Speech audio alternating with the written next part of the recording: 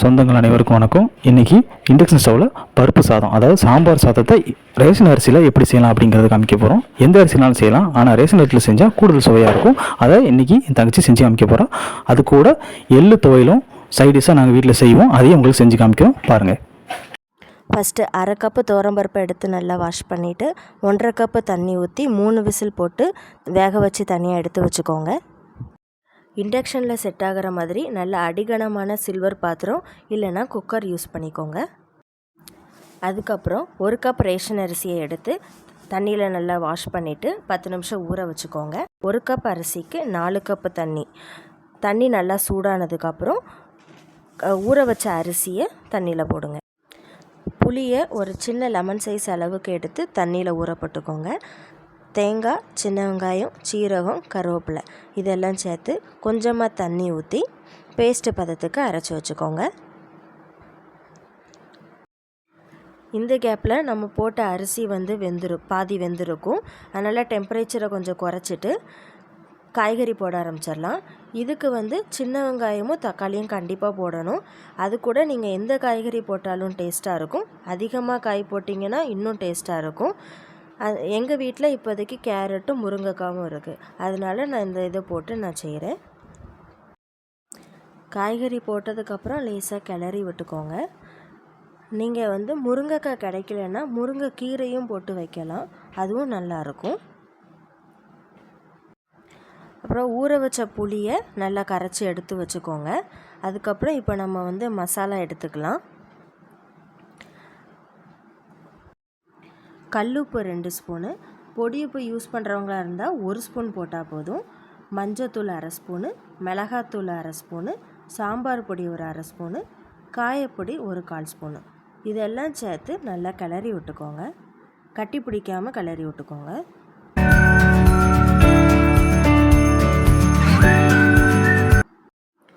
இந்த டைமில் உங்களுக்கு தண்ணி பத்தாத மாதிரி இருந்துச்சுன்னா ஒரு 1/2 கப்பு தண்ணி எடுத்து சூடு பண்ணி ஊற்றிக்கோங்க. வெறும் தண்ணியாக ஊற்றுனீங்கன்னா அடுத்தால மசாலா வேகாது.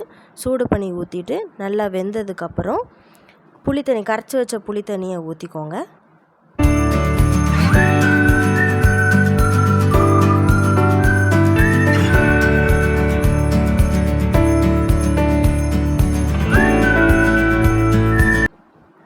அப்பப்போ கிளறி விட்டுக்கோங்க, ஏன்னா இண்டக்ஷனில் அடி பிடிக்கிறதுக்கு வாய்ப்பு இருக்குது.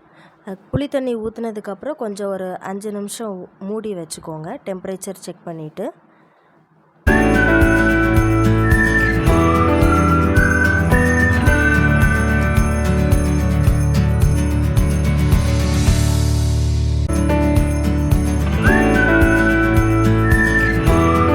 புளி தண்ணி கொஞ்சம் வெந்ததுக்கப்புறம் அரைச்சி வச்ச தேங்காவை போட்டு அந்த ஜார்லேயே கொஞ்சமாக தண்ணி ஊற்றி நல்லா அலசி ஊற்றிக்கோங்க.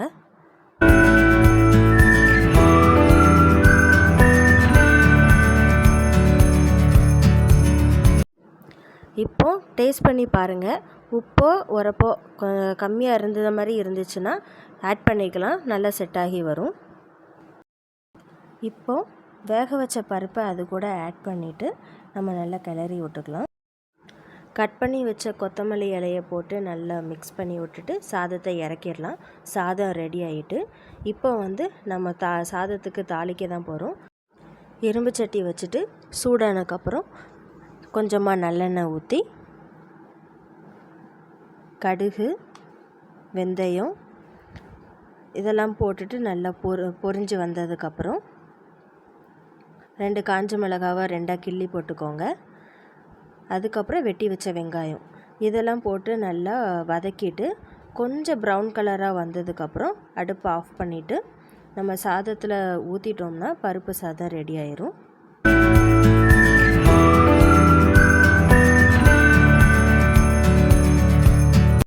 தங்கச்சி பருப்பு சாதம் எப்படின்னு செஞ்சு காமிச்சா, அடுத்து எள்ளு துவையல் சைடிஷாக எப்படி வைக்கலாங்கிறத பார்ப்போம். முதல்ல இரும்பு கடாய் எடுத்துக்கோங்க. அதை இண்டக்ஷனில் வச்சுட்டு 300 வச்சுட்டு 25 கிராம் எள்ளு எடுத்து அதை கொஞ்சம் நல்லா வறுத்துக்கிடுங்க.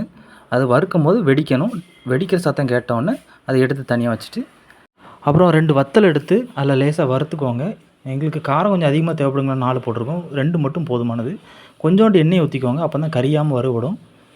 அதுக்கப்புறம் கொஞ்சோண்டு புளி, அதுக்கப்புறம் பூண்டு அதையும் சேர்த்து வறுத்துக்கோங்க. அதுக்கும் லேசாக எண்ணெய் ஊற்றிக்கோங்க. அதுக்கப்புறம் எல்லாத்தையும் எடுத்து ஒரு தட்டில் போட்டு ஆற விட்டுக்கோங்க.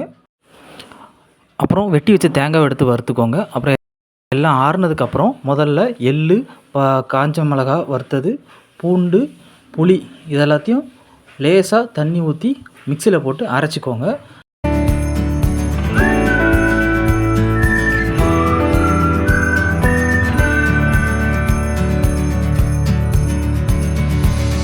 அதுக்கப்புறமா வெட்டி வச்ச தேங்காவையும் இதில் போட்டு அரைக்கணும்.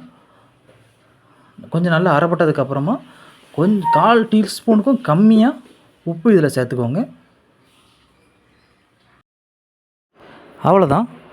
இப்போது பருப்பு சாதம், அதாவது சாம்பார் சாதத்துக்கான சைட் டிஷ் இப்போ ரெடி ஆகிடுச்சு. எள்ளு துவையல் சூப்பராக ரெடி ஆகிருக்கு. அடுத்து இரும்பு கடாய், அதே இரும்பு கடாயில் எண்ணெயை ஊற்றி நம்ம அப்பளம் பொரித்து எடுத்துக்கலாம். இண்டக்ஷனில் வச்சுட்டு அதில் எண்ணூறு வச்சுக்கோங்க. எண்ணூறு வச்சுட்டு அதில் எண்ணெயை ஊற்றி கொஞ்சம் எண்ணெய் காயட்டும். காய விட்டதுக்கப்புறம் அப்பளத்தை பொரித்து எடுத்துக்கிடுவோம்.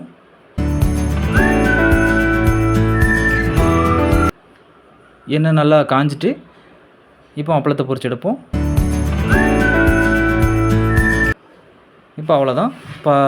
பருப்பு சாதத்துக்கான சைடிஷ் அப்பளமும் ரெடி ஆகிடுச்சு. இதை நீங்கள் வீட்டில் செஞ்சு பாருங்கள். இது பற்றி ஏதாவது உங்களுக்குள்ள சந்தேகம் ஏதாவது இருந்துச்சு, இல்லை கேள்வி ஏதாவது கேட்கணுன்னா கமெண்ட்ஸில் போடுங்க. நாங்கள் அதுக்கு பதில் சொல்கிறோம்.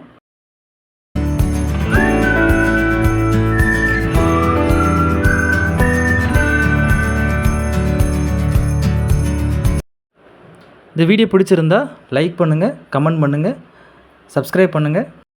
நன்றி சொந்தங்களே.